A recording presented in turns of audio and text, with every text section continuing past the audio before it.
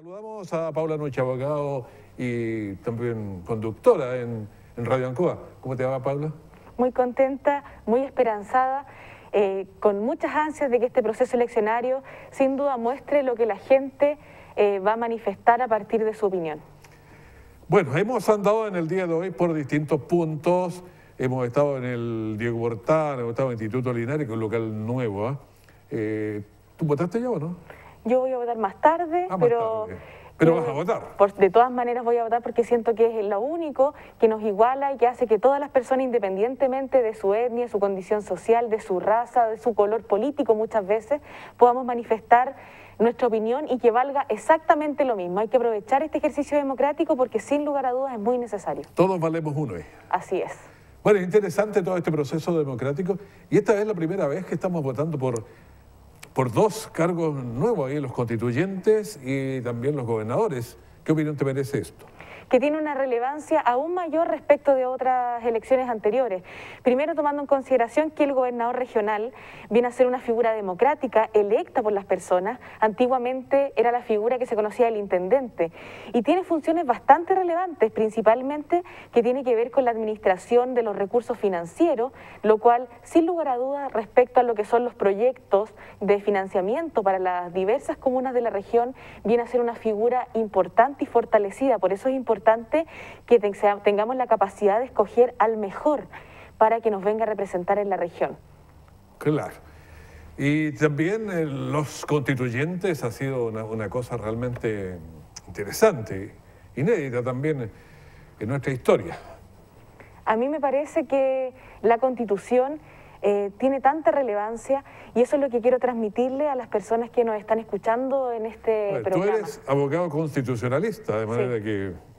Yo estudié en la Universidad Católica, mi magíster en Derecho Constitucional, y les puedo dar fe total de que los grandes cambios institucionales en nuestro país se van a hacer mediante la Constitución, pues la Constitución Política de la República no tan solo viene a regular lo que son los derechos sociales o las libertades individuales, sino que también todo lo que tiene que ver con el diseño institucional, llámese Ministerio Público, Tribunal Constitucional, las Fuerzas Armadas. Por eso, Raúl, cuando hay tanto descontento con las instituciones, sabemos que hoy día hay una disconformidad con lo que es la clase política y también con lo que son las instituciones tradicionales, que las cosas muchas veces por la percepción ciudadana no se encuentra que se están realizando bien. Ya que la Fiscalía no lo hace bien, ¿qué hago? Por ejemplo, en esos casos, establecer que las atribuciones principales de la Fiscalía, del Ministerio Público, por ejemplo, del fiscal, que es liderar la acción penal pública y también perseguir el delito, son sus funciones constitucionales. ¿Por qué no soñar un Ministerio Público en donde la víctima tenga una verdadera protección? Sabemos que la defensa jurídica y letrada, que está regulada en el artículo 19, número 3 de la Constitución, hoy día en Chile es solamente para el imputado, o sea, para la persona que comete un delito.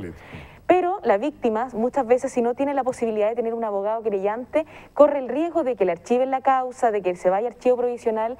Entonces también tiene que ver con generar temas en la discusión de que la víctima esté en el fondo del quehacer jurídico nacional, o sea, que tenga defensa jurídica y letrada más allá de lo que hace el fiscal. ¿Pero algo se puede hacer desde la Constitución o está muy abajo, muy específico esa parte?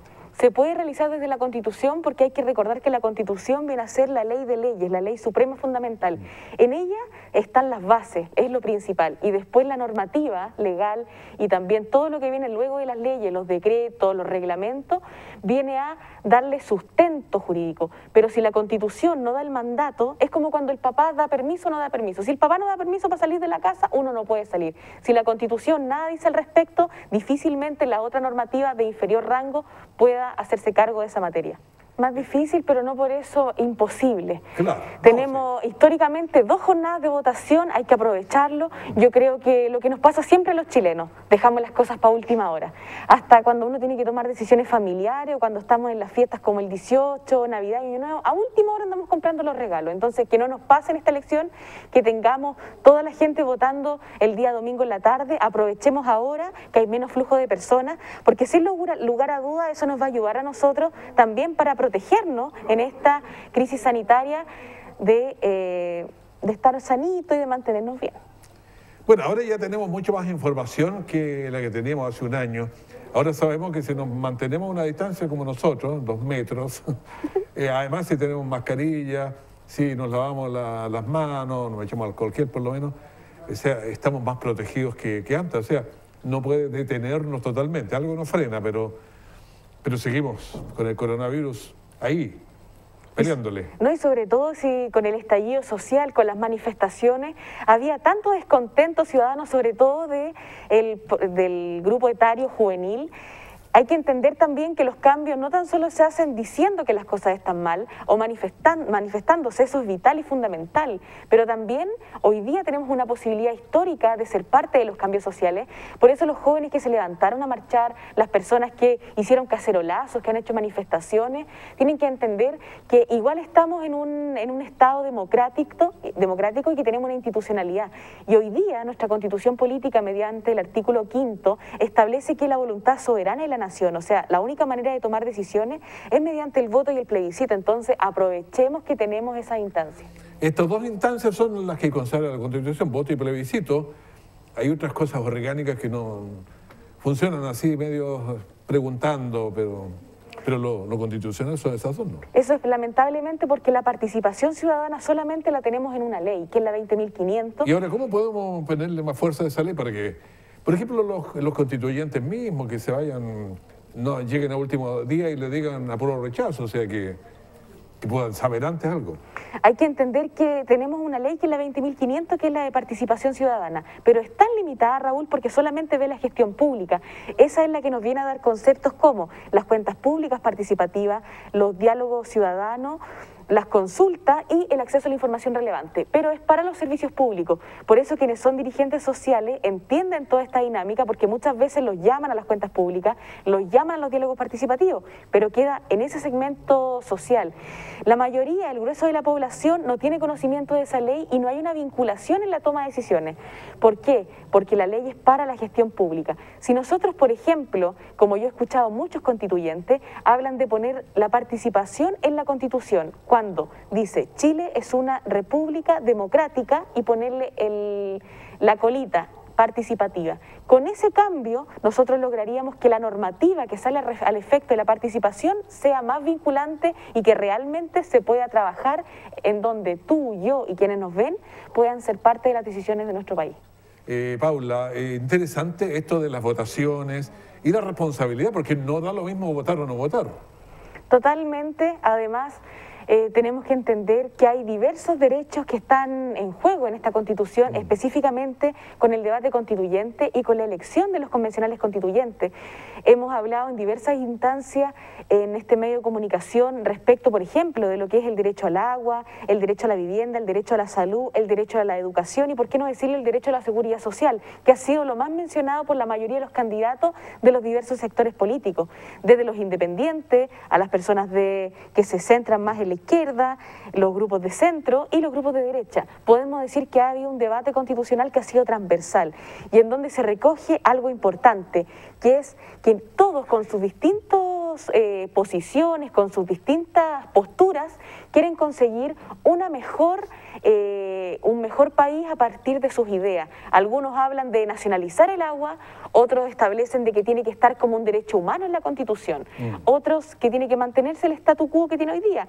Esto quiere decir que esté en la ley y que se pueda comerciar con ellas mediante el derecho de propiedad que la misma Constitución reconoce. Ahora, ¿cuál es tu opinión de esto? ¿Cómo habría que hacerlo? Porque si uno mira, yo he entrevistado a varios abogados, algunos expertos en agua y otros, entonces hay distintas miradas sobre este tema, no es nada de fácil. Principalmente yo creo que es importante considerar la geografía de nuestro país. Chile es una geografía bastante larga y extensa y por lo tanto tiene muchas cuencas hidrográficas, más de 500. Si lo comparamos, por ejemplo, con Francia, que no tiene más de 10. Entonces hay que hacer una regulación del agua primero comunitaria. Yo creo que es vital que el agua sea considerada como un derecho humano. Hay que tomar en consideración que en el derecho internacional de los derechos humanos, que es el derecho que está por sobre hasta la Constitución, porque es el derecho que tiene que ver con todo el mundo, tenemos los objetivos de desarrollo sostenible, en donde se establece que el agua tiene que tener un nivel preponderante. Yo pondría el agua como un derecho humano, también generaría una normativa acorde, pero que la administración del agua no sea centralizada desde Santiago, sino que también generar una institucionalidad que esté por regiones en donde tenga tingencia su regulación, sea por acciones o sea por lo que se vaya acordando en el debate político posterior. Pero sin lugar a dudas, lo que no puede pasar, Raúl, es que el agua se mantenga tal cual como está ahora, que se mantenga su statu quo. Hay que recordar lo que pasó en el caso de la provincia de Petorca, en donde de forma indiscriminada comunidades quedaron sin este derecho vital porque se puso a comercializar este recurso. Ustedes recordarán lo que pasó con las paltas. Las personas que se dedicaban al cultivo de palta utilizaron todo el agua de esa provincia y por lo tanto habían comunidades que no tenían agua ni para lavarse ni para comer. Por lo tanto, a mí me parece fundamental que el agua esté regulada y que tenga una categoría superior de derecho, porque no hay que olvidar que el agua se relaciona con el derecho a la vida, con el derecho a la salud, que es un derecho fundamental, con el derecho a un nivel de vida adecuado. Por lo tanto, esto solamente queda establecer que el agua, y sobre todo nosotros que somos una región agrícola, tiene que tener un reconocimiento constitucional y tiene que estar asegurada para que nuestros agricultores puedan utilizarla en su actividad productiva, porque si no, tampoco nos movemos económicamente en la región. Claro, hay un problema que siempre pasa también con los árboles, los pinos, los eucaliptos, que dice que consumen demasiada agua y ese es un problema. Ahora, ¿cómo regular todo eso? Fíjate que si uno mira, se va por los caminos Ayepo, hacia arriba, la L45, en el fondo hay pinos hasta bastante arriba en la cordillera. Eso yo creo, Raúl, que tiene que ver con la conciencia de nuestras instituciones al efecto. Por ejemplo, lo que es el Instituto Forestal de Chile, todo lo que tenga que ver con el INDAP, las instituciones que tienen que ver netamente con estas materias deberían también hacer campañas para que se planten árboles nativos o árboles que tengan un bajo consumo de agua. Pero no tan solo que lo pongan en un folleto, esa es la crítica que hago a la institucionalidad y a las políticas públicas. Tiene que haber conciencia ecológica con las comunidades y eso se hace vinculándose. Estos diálogos participativos, estas consultas, estos mecanismos que nos da la ley de participación, no que sea tan solo para los dirigentes. Yo creo que los dirigentes sociales hacen una tremenda labor, porque yo siempre digo, hacen lo que deberían hacer los políticos, pero no les pagan. Pero ese el problema de los dirigentes sociales, que muchas veces, como no tienen destinación de recursos y no tienen un apoyo directo por parte de la autoridad, se quedan ahí con las personas más cercanas que los apoyan, pero no logran bajar a toda la comunidad. Entonces ahí es donde el Estado realmente tiene que hacer un trabajo de llegar a más personas y no tan solo a los dirigentes sociales, que los dejan solos muchas veces. El trabajo de los dirigentes sociales es bastante complicado porque todo el trabajo tiene la incompresión de la gente, no le pagan, pero tienen esa vena interna. Mueven la comunidad. Sí. En el caso de Linares hay dirigentes sociales que en ciertas localidades, como el sector de las Carlos Camus, Raúl, logran hacer un festival autogestionado, un festival que partió hace 8 años atrás, que el Festival Nuestras Voces, que yo lo celebro porque yo fui parte de la génesis de ese festival y después ayudé a la comunidad a hacer las bases para que se armaran como una corporación social, cultural y deportiva, y hoy día reciben beneficios, subsidios municipales para poder gestionar ese festival. Entonces, cuando las comunidades se organizan, las cosas se consiguen. Cuando la gente se levanta a votar, los cambios vienen. Así que todos a votar. Bueno, hay hartos temas importantes que conversar con el gobernador. Oye, ¿cómo irá a funcionar esto el gobernador y el intendente? ¿Cómo irá a ser esta figura después? ¿La tienes clara? Tienen que trabajar coordinados el gobernador regional con los delegados presidenciales, que ustedes recordarán antiguamente eran los gobernadores provinciales. Ya. ¿En qué es lo que hay materias, por ejemplo? En tema de seguridad. Se entiende que el gobernador regional va a tener la posibilidad de trabajar, supongamos, vamos a poner ejemplo para que la gente nos entienda.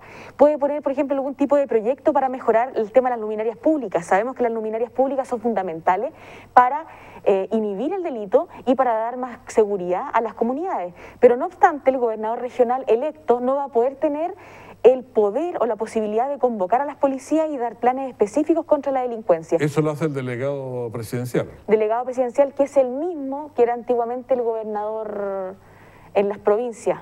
Él va a tener esa facultad, pero el gobernador regional puede incidir en una manera específica, en este caso, por ejemplo, en proyectos que nos ayuden a sentirnos mejor con una seguridad ciudadana específica en el territorio. Bueno, eso creo que es bastante importante porque hay funciones que a lo mejor se van a ir topando en la práctica. y tal vez puede que no sea lo mismo en una región que en otra, porque depende de las negociaciones, ahí, el carácter de las personas también.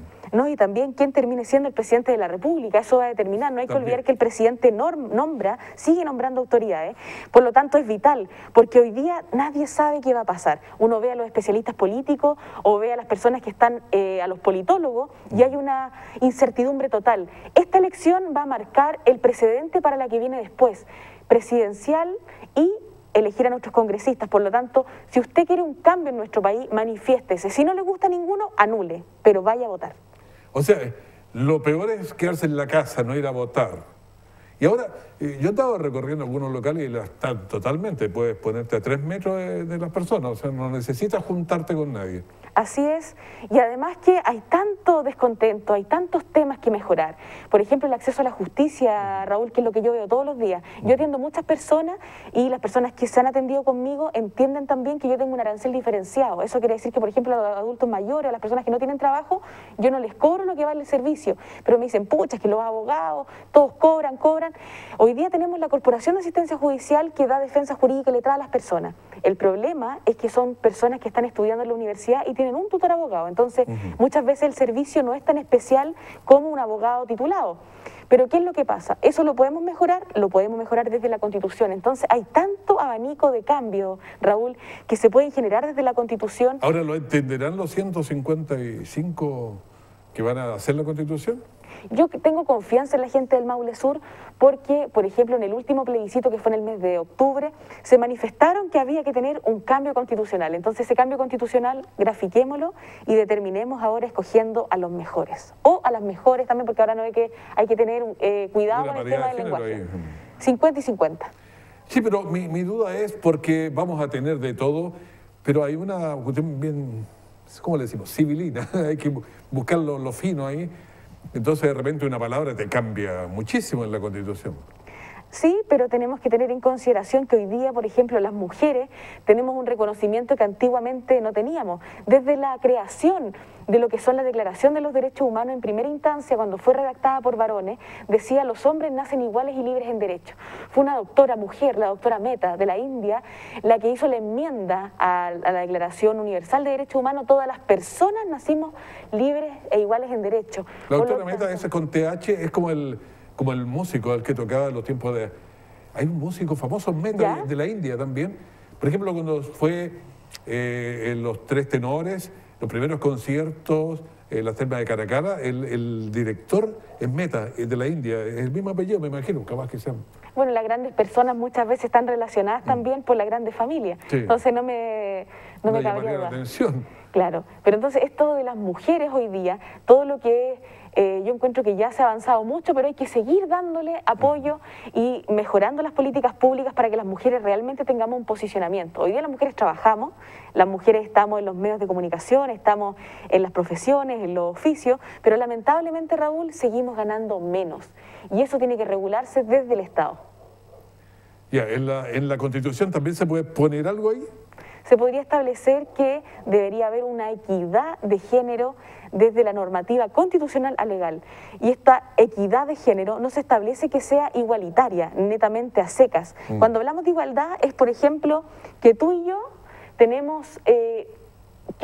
supongamos así específico, que ganar lo mismo. Cuando hablamos de equidad entendemos que cada uno con nuestras diferencias, que por ejemplo tenemos que tener las mismas opciones, las mismas posibilidades, y yo siempre creo que en vez de la igualdad seca, que es como ponerle un banquito del mismo tamaño y poner a todas las personas desde ahí, unos son más altos, otros son más chicos, entonces no todos quedan en igualdad de condiciones.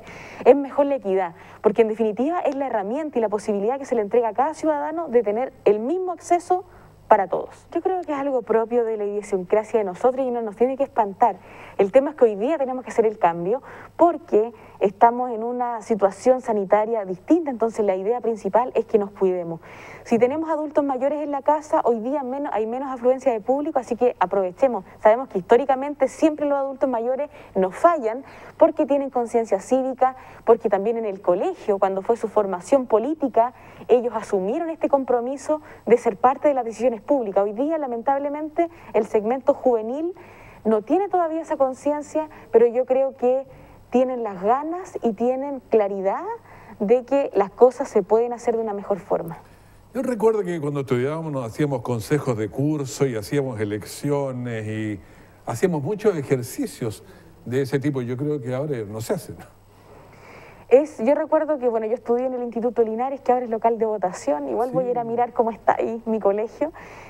Nosotros teníamos centro de alumnos, teníamos directiva, pero lo llamativo, Raúl, es un tema que también es controvertido. Hoy día, en la Constitución, en el artículo 13, está el concepto de ciudadano. Ciudadano es el mayor de 18 años que tiene derecho a ser parte de la vida política de su país mediante el sufragio, pero que no está afecto a pena aflictiva. Esto quiere decir que no ha cometido delito.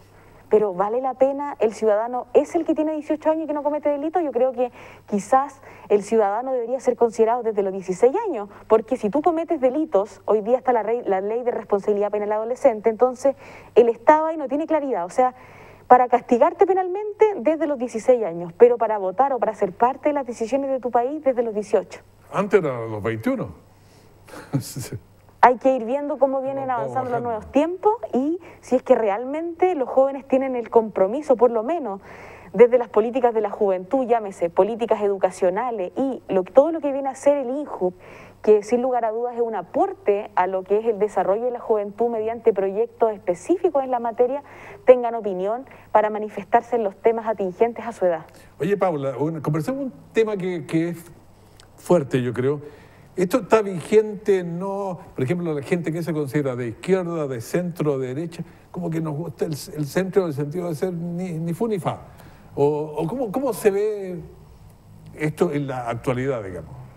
Mira, según las últimas encuestas, que es la tuinfluyes.cl y la encuesta CEP, se establecen cosas que son llamativas de mencionar. Cuando primero le preguntan la intencionalidad del voto, es llamativo que las primeras 5 mayorías sean personas que son de los extremos. Llámese extremos partidos que, por ejemplo, el Partido Comunista o el Partido Humanista o republicanos y la UDI, que están como los extremos de la política nacional. Fíjate que me llamó la atención eso porque normalmente era, a ver, como la campana de Gauss y otros, o sea, ahora estamos así, como que los extremos están altos y el centro está más bajo.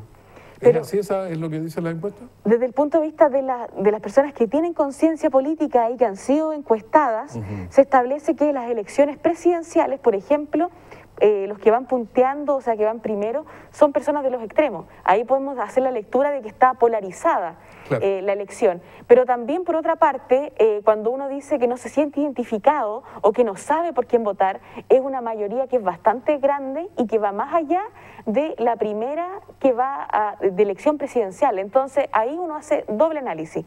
Las personas que están participando en política, que tienen conciencia política, están optando por irse a los extremos, pero también gran parte de la ciudadanía está desafectada de la política y no se siente identificado por ninguno. Ahí, ni ahí, como decía el Chino Río. Entonces, en ese ni ahí, ahí se corre el peligro de que se caigan populismos. Por eso es tan importante que esas personas que no están definidas todavía aprendan a definirse y a entender cuál es la mejor opción. Y la mejor opción, obviamente, es abriendo los ojos y abriendo el corazón, porque cuando uno se relaciona con los candidatos, con las personas que aspiran, es donde uno se genera el cambio. Yo, por lo menos, no me siento convocada, Raúl, cuando me dejan un calendario en la casa. Me dejaron por lo menos 8 calendarios. Yo tengo 8 calendarios también, claro, pero no te afecta más allá.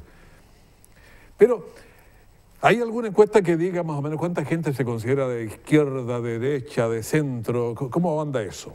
Mira, tenemos los datos de la encuesta CEP, que es llamativa, en donde se establece lo principal, que tiene que ver en qué rango se encuentra. Entonces le preguntan a la gente si de izquierda a derecha. Izquierda entendiéndose como de 1 y derecha 10. ¿En qué parte se sitúa usted? La gran mayoría de los encuestados, el 20%, dice que de 1 a 4, de izquierda. De 5 a 6, 41%. Esto quiere decir las personas... O sea, de izquierda a izquierda un 20%. Después el resto, un 40%, me dijiste. 41. 41. Y de 7 a 10, que vendría a ser derecha o más extremo para ese lado, un 18%. Pero ¿qué es lo llamativo, Raúl? Un 17% de personas que no se identifican con ninguno y un 3% que no sabe. Entonces ahí si sumamos ya tenemos un 21% que podría ser el que defina la próxima elección presidencial. y es esas personas que nos están mirando hoy en día, que están haciendo su almuerzo exquisito, pero que nosotros les volvemos a reiterar, por favor, ejerzan su derecho a sufragio, es la única manera de que se hagan parte de la vida política de su país. No importa, Raúl, cuando me dicen a mí, pero señorita, si yo tengo que trabajar igual, yo tengo que trabajar, tú también tienes que seguir trabajando. Sí, también, todos los días. Pero también tenemos que preocuparnos de cómo van a estar regulados nuestros derechos, y yo no quiero que el derecho al trabajo, que me afecta a mí, el derecho a la salud, que por lo tanto yo me tengo que adscribir hoy día a un sistema de salud, sea decidido por personas que no tienen dedos para el piano, que lamentablemente no quiero que estén ahí. Sí, tenemos hartas cosas bien básicas, la salud, la educación, la seguridad ciudadana, todo eso son temas de que sí hay que ocuparse, no se lo pueden dejar, como en el campo una vez me dijeron, se lo dejo a la dejación, eso no se lo puede dejar a la dejación. Totalmente, porque estamos entendiendo que hay un descontento, por ejemplo, hoy día en salud. Nosotros tenemos hoy día el derecho a la salud en nuestra Constitución de escoger a qué servicio nos queremos adscribir, pública o privada. El debate es, ¿usted siente que tiene el derecho a elegir? Hay gran parte de la ciudadanía que no tiene derecho a elegir porque por sus recursos económicos no puede, claro, por los recursos. Está obligado a atenderse a la salud pública. Entonces, ¿de qué manera optimizamos los recursos públicos? Porque tampoco lo público puede ser tan solo estar inyectando recursos y siendo poco eficiente. Claro, uno mira en la salud, pasa como la educación. ¿Cuánto hemos gastado? Hemos subido la educación y si uno hace las mediciones, ¿hemos subido o estamos igual o peor? Por eso es importante vincularnos. Yo siempre digo que más que el tema económico, lo mismo que pasa en las campañas, lo importante es aprender a vincularse con la gente, mirarnos a los ojos y ser capaces de establecer, estas son las prioridades, estos son los cambios. Yo recuerdo con alegría quienes fueron mis profesores, porque sin lugar a dudas a mí me instaron a ser mejor, a mí al igual que mis compañeros. El profesor viene a ser una función tan importante social, tan vital, que es el capaz de levantar a un niño en el cumplimiento de sus sueños. Y si tenemos niños felices, si tenemos niños seguros de sí mismos que pueden lograr sus sueños, yo creo que eso vamos a lograr adultos comprometidos con mejorar la sociedad. Bueno, esa es la importancia. Ahora, fíjate que en el tema de la educación tienen que tener conciencia los alumnos, tener conciencia los papás, tener conciencia los profesores, o sea, la sociedad completa. Entonces, es un tema que no es fácil porque porque no es cosa de decirlo solamente, hay que estudiarlo. Ahora, la lectura misma, que es importante, cada día se lee menos, pero yo este día miraba a un niño chico y que muy lector, le gusta mucho, sí, pero los dos papás leen. Entonces el niño desde chico siempre está mirando que eso es importante y quiere mirar los libros. Así, ese ejemplo que tú das es tan decidor de lo que es nuestra sociedad, Raúl. Es lo mismo que pasa con el tema de la comisión de delitos. Gran parte de los jóvenes que cometen delitos, si tú miras su familia, también cometen delitos. Entonces, ahí está la problemática de qué manera estamos inculcando los valores en los corazones adolescentes que tenemos. Sabemos que los niños y los adolescentes son esponjas que van absorbiendo costumbres a partir de su familia, de sus comunidades. Lamentablemente, cuando no existe una motivación en la familia, el colegio viene a ser la suplencia de lo que es importante para que se genere ese cambio social. Entonces, es tan fundamental la labor del profesor y yo siento que hoy día a los profesores no se les está valorando en la medida que se les debería valorar. Porque tenemos, por ejemplo, todavía un tema con la deuda histórica y también con las remuneraciones y la forma en que ejercen su función. Yo tengo muchos amigos profesores, Raúl, y con esto de los portafolios se les exige muchas cosas, pero a la vez no sé si se les está retribuyendo o motivando, pues ellos son los que levantan a nuestra infancia y nuestra juventud. Ahora, ¿qué pasa con los portafolios? Porque a algunos le tienen mucho miedo a eso cuando a veces hacen la clase, alguna cosa que son parecidas, desde un poco la ignorancia, porque no he estado metido ahí en Principalmente porque no todos los profesores están igualados, lo que hablábamos de la equidad, no todos tienen las mismas condiciones. Distinto es el profesor que ejerce, por ejemplo, en un colegio particular subvencionado, que tiene diversas herramientas o metodologías para poder aplicarle a los niños, versus un profesor que tiene que hacer patria en alguna escuela rural pública. Entonces se les exige con la misma vara y no existe una institucionalidad o un acompañamiento para que todos puedan realizar una función específica y propositiva, me refiero yo, un estándar. Entonces, ese estándar, yo siempre digo, quizás debería existir algún tipo de funcionario o una unidad en específica que se preocupe de ir generando como precedente para que después eso sea replicado. Me refiero yo a un portafolio o una un ejemplo de clase magistral, que es lo que yo creo que todos los chilenos queremos, o sea, que desde historia a lenguaje, a las diferentes materias, tener una clase que sea maravillosa. Yo creo que todos sabemos cuando una clase es buena. Y tiene que ver cuando uno también se vincula, cuando uno participa, cuando uno da la opinión y cuando uno está motivado a lo que le están enseñando. Claro, de pronto, a ver, uno lo habla desde cuando asiste a las clases. ¿Qué pasa cuando alguien usa tecnología y pone un power ahí? Y pone un power y aparecen, no sé, cuántas letras ahí, y uno las mira y el que está dando se dedica a leerlas y uno está medio aburrido porque uno va más rápido leyendo que lo que él va leyendo. Y al final se le empiezan a cerrar los ojos y pasa otro power y otra hoja y otra lámina. Y al final, o sea, a uno le enseñaron cómo se hace un power. Se supone que son apoyos visuales, son imágenes, frases que queremos que le queden el subconsciente de los alumnos, o apoyar ideas fuerza, pero no poner. Por eso cuando la gente es como copia y pega, al final es poco efectivo porque no es parte del aprendizaje, son ideas. Lo mismo que pasa en radio, que tú, Raúl, me lo enseñaste tan bien y yo trato de aplicarlo siempre. Sí. Que tengo que ser específica en dar ideas fuerza, porque si empiezo a repetir, uno empieza a latear y al final no logra dejar el mensaje en las personas que lo están escuchando. Claro, la idea fuerza que esté clara y uno la presenta y la fuerza. Pero fíjate que en las clases, yo veo incluso en las clases por Zoom que estén, pero si alguien está leyendo en una forma plana, te aburre, porque te da sueño. Pero si el tipo está ahí y mueve las manos y te llama a participar, no te puedes quedar dormido, estás prendido ahí. Entonces yo creo que esas cosas, pero cansan también, pero que alguien tiene que enseñárselas para que las haga. Yo creo que uno, desde la profesión que escoge, tiene que tratar de generar un aporte social.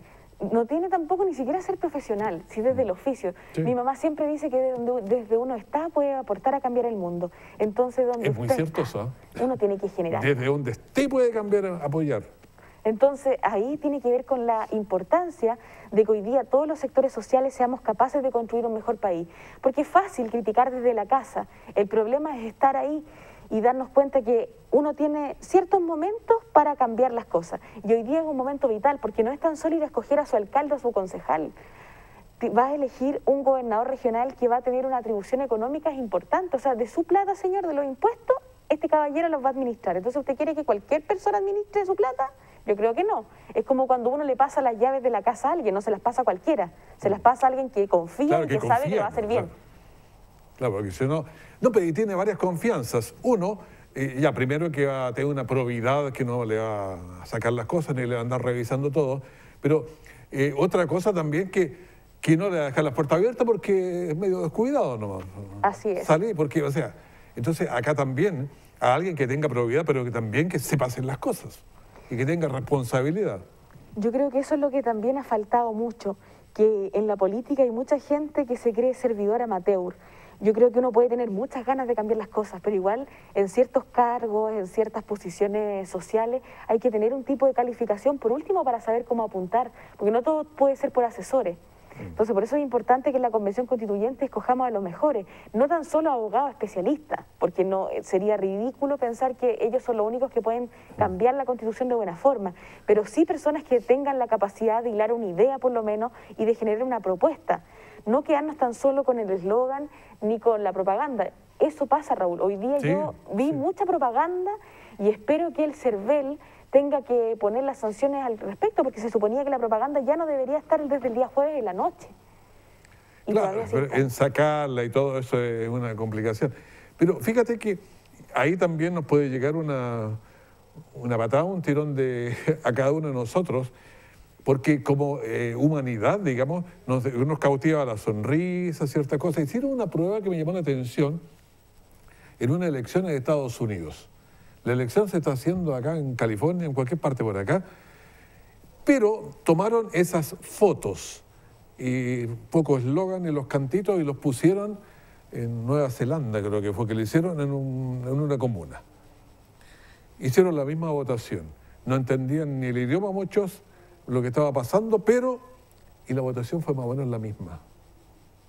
La razón, los de acá entendían el mensaje, pero los de allá, que la sonrisa, no, votemos por esto. O sea, de repente las votaciones salen más por las sonrisas que por el contenido de lo que están presentando. Pero eso también no es culpa de la gente, es culpa de la actual quién? Constitución. Hoy día nuestra Constitución establece como mecanismo de participación solamente el voto y el plebiscito. Y si nos vamos a nivel latinoamericano o a las constituciones nórdicas, que a mí tanto me gusta tenerlas como ejemplo. A todo el mundo le gustan las nórdicas. Porque, mira... Las constituciones. Aclaro, porque me salió muy... Siempre uno tiene que ver los ejemplos positivos, pero tratar de regularlos según la forma en cómo estamos organizados como país. En otras constituciones, por ejemplo, se considera lo que es el voto programático, el referéndum revocatorio y la iniciativa popular de ley. A grandes rasgos, para que la gente entienda. Se establece a nivel constitucional que usted ya no vota por un candidato por la sonrisa porque le cae bien, usted vota por el programa. O sea, ya estamos despersonalizando el voto. Ya no se vota por la persona, sino que se votan por la idea. Si las ideas no son cumplidas, por ejemplo, supongamos que un candidato a senador establece que va a hacer cambio en el sistema de salud y no presenta ninguna moción parlamentaria para mejorar la salud, ningún proyecto para que tenga injerencia en la salud de las personas, existe la posibilidad en ciertos países de poder remover esa autoridad. Y qué bueno, porque en definitiva es lo mismo que un trabajador. Cuando un trabajador no hace la pega, ¿nosotros qué hacemos? ¿O qué es lo que hace el dueño de la empresa? Lo saca. Si un político no hace la pega, hay que sacarlo. O a mí se me ocurrió una idea que yo la puse en mi tesis, Raúl, que tiene que ver con descontarle el 50% de su remuneración. Si tuviéramos la posibilidad de descontarle a los diputados, a los senadores, el 50% de su remuneración cuando no cumplen sus programas, yo creo que los tendríamos a todos en los territorios trabajando, dándonos abrazos y preocupados por ti, por mí, por quienes Y llegando a las sesiones, a la hora y todo eso, no pareándose y haciendo tanta triquiñuela que se les ocurrió. Pero ese control ciudadano a la política no tiene que ser tan solo un anhelo, tiene que estar regulado desde la Constitución. Y en el caso de Colombia, para ser específicos, tienen el voto programático y el referéndum revocatorio. En Perú hemos visto que son capaces de remover a los presidentes. ¿Y por qué? Porque está el referéndum revocatorio. Usted no cumple el voto programático, tiene la posibilidad de ser sacado por referéndum revocatorio. Y por último, en Chile las leyes tienen nombre: Ley Zamudio, Ley Sofía, Ley Emilia. ¿Por qué? Porque tienen que matar a alguien, tienen que violar a alguien, tiene que haber algo terrible para que tiene que pasar una desgracia superior que alguien... ¿Y hasta cuándo, Raúl? Hay países que tienen la iniciativa popular de ley, en donde los ciudadanos, mediante la recolección de firmas, entregan una propuesta de proyecto de ley a los congresistas y tiene que tramitarse. A lo mejor esa sería una buena visión, porque muchas veces dicen que la clase política está en dicotomía con lo que quieren los ciudadanos. Entonces, si existe esa diferenciación, ¿por qué mejor no empoderar a las personas para que puedan generar esos cambios legislativos? Yo creo que no hay que ser especialista, no hay que ser una persona tan brillante para darse cuenta que hay materias que hay que legislar que hoy día no se legislan, como por ejemplo la protección a las víctimas para que acabemos con la impunidad. Claro. Bueno, hay tantos temas, pero participar parece ser la clave, ¿eh? Sí.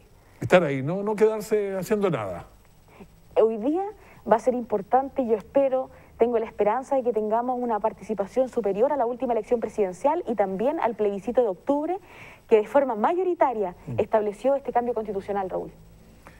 Claro, cambio constitucional que, bueno, ya es un hecho que se va a cambiar, a menos que el plebiscito de salida después diga no. Es que eso es lo llamativo. Hoy día tuvimos la forma voluntaria de escoger este cambio constitucional y de forma voluntaria las personas van a poder escoger a sus convencionales constituyentes. Pero no obstante, una vez redactado el proyecto de constitución, viene el plebiscito ratificatorio y ese plebiscito es obligatorio. O sea, queramos o no queramos, vamos a tener que participar entonces. O nos subimos al final del carro o empezamos ahora. Yo creo que hoy día es el momento. Entonces, reiterar la importancia de participar solamente con su cédula de identidad. Usted se acerca al lugar de votación y ejerce su derecho a sufragio. Ahora en la construcción de la Constitución Política de la República podemos determinar de que tengamos una injerencia más allá del voto. Siempre escuchamos y se critica de que nos llaman solamente para las elecciones, pero eso no es culpa de usted o culpa de la persona que esté detentando el poder de turno. Es culpa que nuestra Constitución establece que la forma de participar de la ciudadanía es el voto y el plebiscito. Yo creo que son insuficientes. Yo creo que hay que escuchar a las personas para un voto programático, un referéndum revocatorio. Cuando la autoridad no cumple, la sacamos para el lado. Así como un trabajador normal, común y corriente es calificado, el político tiene que ser calificado. Cuando el entrenador no gana, se va para la casa. Así es. Así es la cosa. Oye, ¿no se podría regular desde la Constitución? Por ejemplo, hay gente que gana demasiada plata en este país. pero en cargos y en cosas por ahí. Y lo otro es que uno piensa, tenemos tantas... ¿Cuántas ruedas tiene el auto? 4. 4, y a lo más una de repuesto por ahí. Pero ahí el Estado encuentro que tiene demasiado funcionario y cuánta cosa. Claramente, pero lo importante es que uno tiene que instar siempre por lo que es la carrera funcionaria. Las personas que trabajan desde siempre en los servicios públicos, que hacen una labor fundamental. El tema es que quizás las autoridades políticas deberían tener una disminución de esos ingresos, porque muchas veces son como cargos honoríficos que se le dan a las personas porque van a una elección o pierden, o porque son amigos del parlamentario, y ahí hay que regularlo. Uno. Y lo otro, los notarios y los conservadores. Deberían quizás, hoy día un notario y un conservador es nombrado, pero, por ejemplo, yo leía que el conservador de bienes raíces de Santiago en promedio está sacando sobre 100 millones de pesos para el bolsillo. ¿Mensuales? Mensuales. O sea, ¿se compra cuántos Mercedes-Benz al mes? Y en el caso de los notarios, si bien tienen que pagar un espacio físico, pagar funcionarios, igual mucha de la plata entra para su bolsillo. Entonces yo siento que también una reforma de Estado al mediano plazo es regular esto. Por ejemplo, que tengan una remuneración buena, como la de un ministro de Estado, sí, pero que la otra que logren tener como recurso económico pase para un programa social específico. De esa manera yo le aseguro, Raúl, en Linares tenemos muchos notarios, en todas las comunas hay varios notarios. Imagínense que vamos juntando plata desde ahí también para programas sociales. Sí. Logramos una equidad remuneracional respecto de igualar la cancha, porque hoy día todos miramos a los políticos que ganan mucha plata, los diputados y los senadores, es verdad, ganan mucha plata, pero tenemos los notarios y los conservadores que ganan mucha más plata. Entonces, ¿por qué no les regulamos un sueldo y lo otro pasa al Estado? Yo creo que eso sería una solución buena. Súper bueno. Paula Noche, abogada constitucionalista, muchas gracias por estar con nosotros, conductora radio.